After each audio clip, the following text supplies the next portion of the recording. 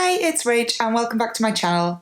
If you are new here, then please make sure that you hit the subscribe button down below so that you can keep up to date with all my videos. So if you weren't already aware, it is Mental Health Awareness this week. In this video, I want to talk about what it is like to suffer with PTSD following childbirth. It is estimated that around 4% of women develop PTSD after a traumatic birth experience. I'm not sure how up to date those figures necessarily are because I've got to be honest, I really don't feel there's enough research in this area. I suspect the real number is a lot higher, having joined a lot of birth trauma support groups. So it's a really big deal that I'm making this video. I'm really nervous about it. I'm going to try my best to get through it without being too emotional, but I'm also not going to stop and start the camera lots of times because I want this to be real and I want it to be authentic, and I think the best way to raise awareness is to show you what it's like. This is my reality. I have PTSD. It is as a result of an extremely traumatic labour and delivery. I wanted to share what it's like and I wanted to just be real and be honest about it because it's not spoken about a lot. It's so often fobbed off as well. You and baby are alright, so everything's alright. You know, if you're fortunate enough to survive a traumatic delivery and fortunate enough that your baby survives that as well, often those women are very much pushed to one side as though survival in itself should be enough, and it isn't. So just for time, I'm not going to go into a huge amount of detail about my birth. To be honest, there's so much, and it would just be the longest video in the world and everyone would get bored and turn it off. And obviously that's not going to help raise awareness, so I don't want that. So for the purposes of this video, I'm just going to give you a brief kind of overview, mainly so you can understand some of the triggers and things that I'll talk about later when I explain the impact of PTSD and how it manifests. It would be useful probably to have a little bit of background about what it was I went through. So I had an induced labour for medical reasons, both for myself and for my baby. I say my baby because at the time we didn't know he was a he, so we didn't know he was James. So I had to be induced for medical reasons for the both of us. My labour was back to back. I also had issues because of my RA, which added to the pain. It was an excruciating labour, and I think my pain threshold is pretty good. I live with RA, I live in pain every day. I also have trigeminal neuralgia, so it was very difficult labour. I bled a lot throughout. It was not very nice. It was very scary. I got all the way to the pushing stage. There'd been issues with my son's heart rate kind of throughout, particularly in the latter stages of labour. It wasn't very nice. That caused some additional complications and some quite traumatic stuff happened as a result of that. We reached pushing stage. Everything went to hell. It already wasn't brilliant in terms of where baby was at with distress and stuff, but once I started pushing it, it all went to hell. Cue lots of emergency alarms because baby's heart rate kept dropping to such a level and then actually completely dropping off. Lots of people came in, including my obstetrician. There was an urgent need to get baby out. It wasn't life or death at that point, but it was very, very urgently, we need to get baby out. So we were rushed down to theatre for what was going to be an assisted delivery. It was forceps and a ventouse. It all just went to hell even more. He was really stuck. James was really, really stuck. And they were trying to turn him and he wasn't interested in turning him. The trouble was it went from bad to worse because he got himself even more stuck. And then it went from being an urgent, we need to get this baby out now, baby's really not happy, to being, if we don't get this baby out in less than 5 minutes, this baby's dead. It became then a category 1 emergency section. They had minutes, and I mean minutes, to get him out. So between them first touching my skin with that scalpel, I found this out later and obviously at a debrief, between the first touch of the scalpel to my skin and James being born, there was 4 minutes. If it had reached 5 minutes, we would have been planning a funeral. James came out not breathing, he was grey and floppy. Again, I found this out later because I wasn't really even aware of him being born. I just knew he didn't cry and everyone was really worried, and immediately after he was born there was a call out paediatrics, and paediatrics had been on standby and they came and had to do their bit. There was no nice moment of, it's a boy, you've got a son. It was all medical jargon and stuff. They were just doing their jobs. I'd like to point out my trauma is in absolutely no way the fault of the hospital or staff. The hospital I gave birth at and the staff involved are absolutely incredible. I cannot fault them. I would not fault them. They are amazing, and we are so, so fortunate, and James is alive as a direct result of them. So after all that, they took James. Dave was kicked out of theatre. I was then put to sleep under general anaesthetic while they tried to fix everything. And the next thing, I came on in recovery and there was Dave with a baby. There's a lot more to the story, but that kind of hopefully gives you an outline of some of the things that happened that contributed to the trauma that I experienced and why I have PTSD as a result. So when you're in a situation that's like a life or death situation, you have your fight, flight or freeze.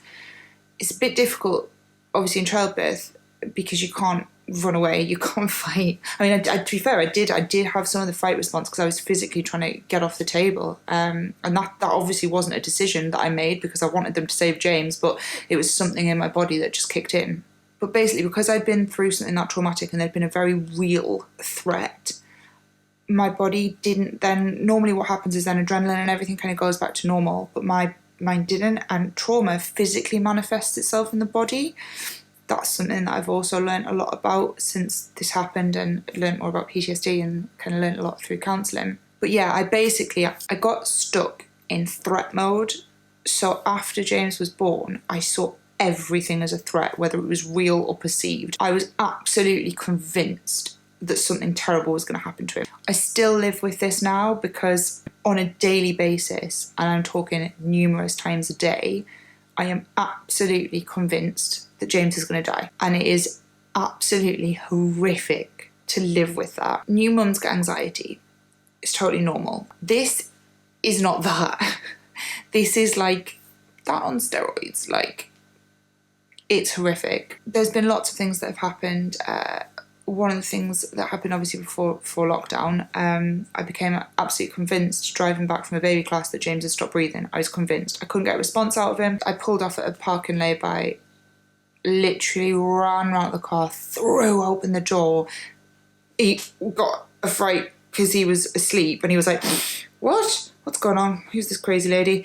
And I just burst into tears and I sobbed. I literally leant over his car seat and I sobbed with relief because I was so convinced that I was going to open that car door and see a dead child. And this is real. This is something I go through on a daily basis and it is horrific and I hate it and I wish I could stop it. I would give it anything to get through a day without having those thoughts, but I can't. That's why I'm in counselling. That's why I'm getting the help. There will be a day that comes where I don't have that and I can't wait for that day and it's going to be amazing. But I just see the worst in every situation. And again, I don't like that because I try to be a positive person, but there's nothing, a positive mindset doesn't change PTSD. They're intrusive thoughts. You can't escape them. And it's exhausting. Like, it's exhausting enough being a new mum, but you add this on top and it's just like next level crazy exhausted.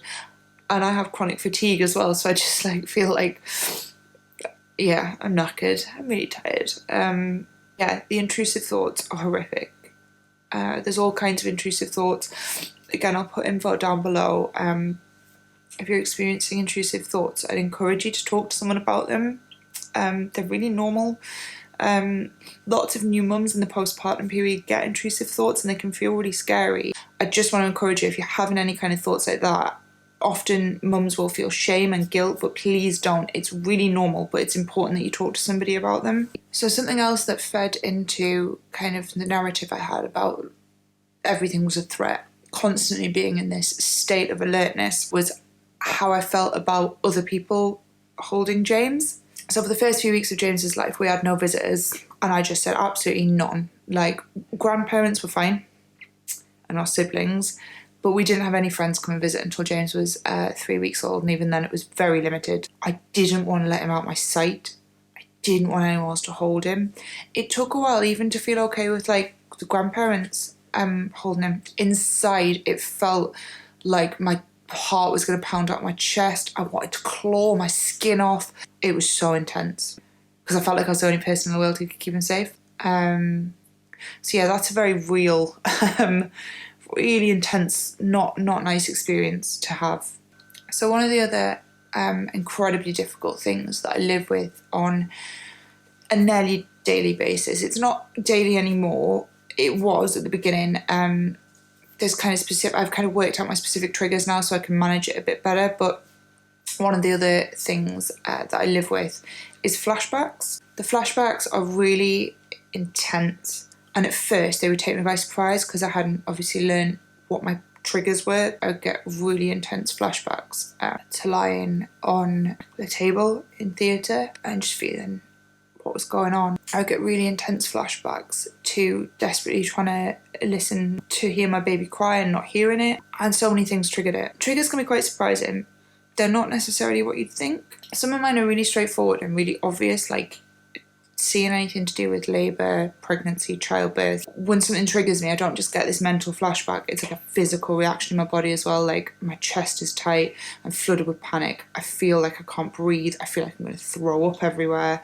It's an intense physical reaction. And some of the triggers that I've had, it literally feels like someone has punched me full force in the chest and knocked the wind out of me.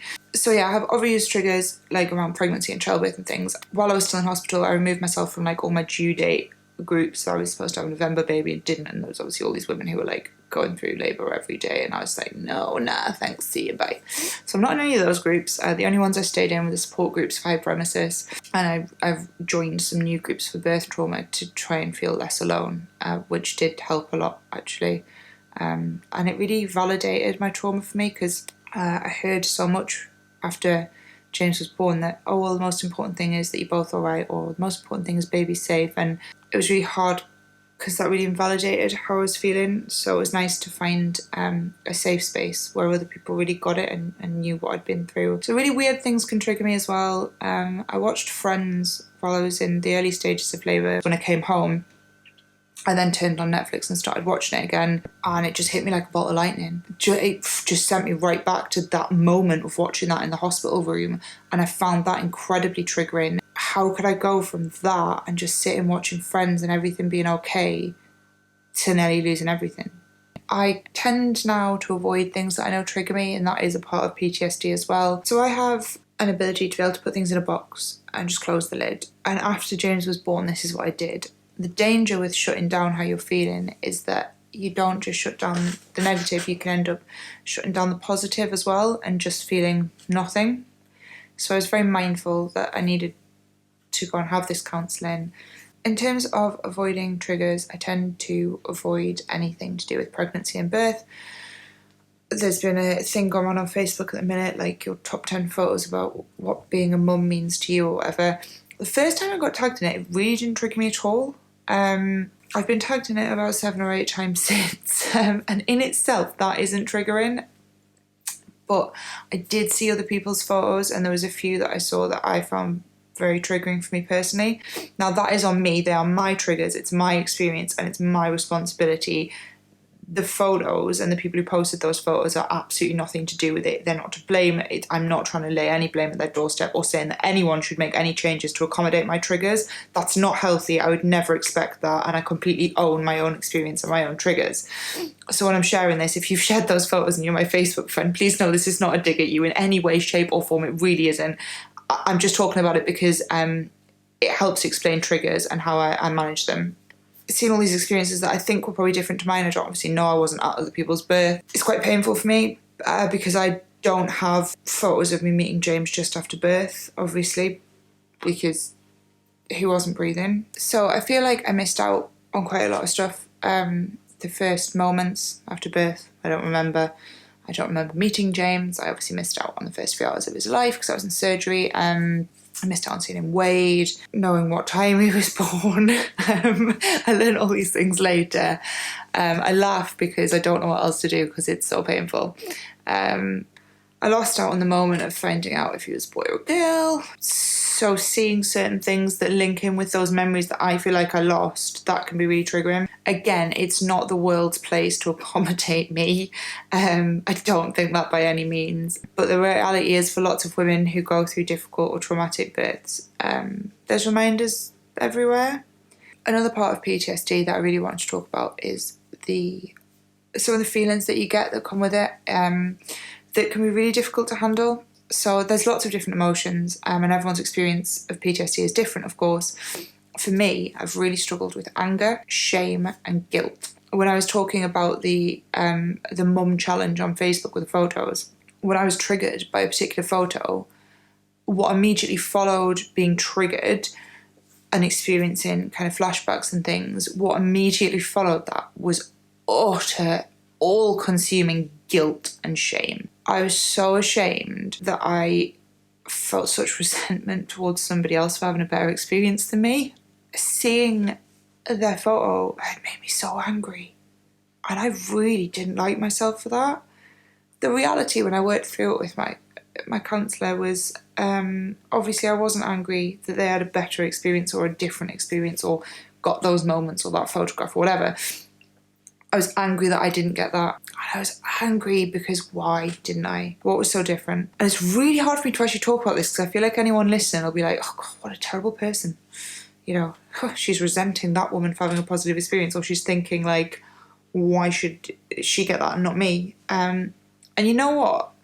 When my psychologist talked me through this, she said to me, why can't you just be angry? And I was like, you can't be angry that someone else got something you didn't. You can't be angry, like you can't resent someone for, it's just wrong, it's shame and it's guilt. And she was like, well, actually, you can just be angry. You can be angry that you didn't get that. You can be angry about it without feeling shame and guilt.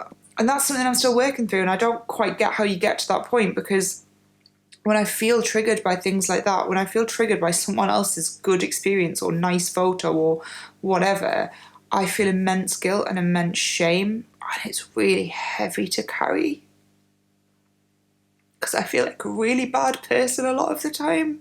So that is something that is part of living with PTSD as well, and it's a lot to shoulder. Guilt is really heavy thing to shoulder, and I feel guilt about lots of stuff to do with my birth experience.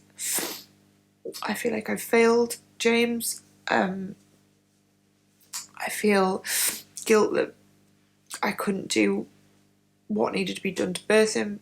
I know in reality it's not my fault, but guilt is a complex emotion, and like I say, this is why I'm getting the help that I'm getting, and one day I know I'm going to feel a lot differently to how I feel now.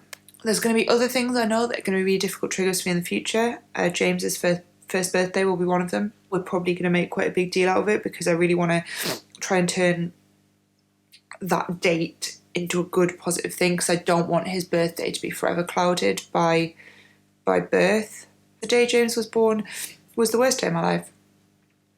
And again, that's something I've wrestled a lot of guilt about, but I'm actually just going to sit here and say, it was the worst day of my life, and that's okay.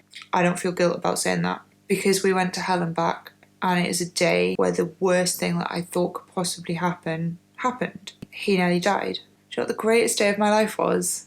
It was the day we got to leave hospital and come home. And that's the moment that I hold on to as that moment I'll treasure forever.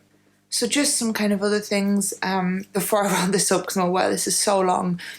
I've talked about the kind of state of hypervigilance that I was in. As well as that, I also got probably the more generic things that you think about when you think of anxiety-related mental health. I would get panic attacks, really intense panic attacks. I'd, like I say, struggle sleeping, even when James was sleeping. That's still something I struggle with now. It's really hard to switch off when you're in that constant state of alertness and that constant hypervigilant state. It's really hard to switch off and just sleep and rest. I also just want to mention the distress that comes when you're faced with these triggers. Like, I've obviously spoken to you about the physical reaction and things. I just want to make clear how very real that distress is. When you're faced with like a flashback or a nightmare, it is such an intense level of distress. It is mentally really, really severe, and physically the reaction it causes is really intense. PTSD is exhausting. It is not something we're talking about enough. I had absolutely no idea about any of this before it happened to me. Nobody mentioned to me before birth that things can and do go wrong. Now, I'm not saying that it would have been helpful if someone said, this is what's going to happen, But I do wish that they'd spoken a little bit about the fact things don't always go to plan, and these are some of the things that might happen if it doesn't go to plan. When I was in my labour classes, like, nobody even mentioned caesarean sections, so I had absolutely no idea. I hadn't researched them because I didn't anticipate having one. So I feel that's something that's definitely lacking in terms of the pregnancy kind of antenatal side of it. So that is my video about what it is like to live with PTSD after childbirth. I hope that you found it useful. I hope that it's been informative. I hope that if you are suffering with PTSD like myself after childbirth, I hope you know that you're not alone. I hope that you feel able to seek help if you're ready to seek help. If you're watching this and you had no idea about traumatic births or PTSD after childbirth even being a thing, then I hope that you've learned something. I hope that you'll share this video. I hope that we can start conversations about perinatal mental health in general. We need to stop expecting women to be okay. We need to stop thinking that childbirth isn't or can't be traumatic because it's really common and happens every single day. Yes, it happens every single day, but that means every single day there are women going through life-changing experiences and then suffering immensely afterwards and battling with their mental health. Thanks so much for watching. I appreciate that this video has been incredibly long in comparison to what I would normally make. I really appreciate you taking the time to watch it. I'm more than happy if people want to ask me any questions. You can leave comments down below. If there's any other aspects related to kind of mental health that you'd like to see me make a video about, or about my birth experience or perinatal mental health, please leave a comment down below. Let me know if there's specific things you want to see a video about. I will be happy to discuss those. It might be that I'm not able or ready to make a video about them at this point, but I can certainly bear them in mind. It feels like a really weird video to end, because normally I'd be like, thanks for watching, make sure you subscribe if you haven't already. It feels a bit weird and not very authentic to do that. So I'm just going to say, take care, and I'll see you soon.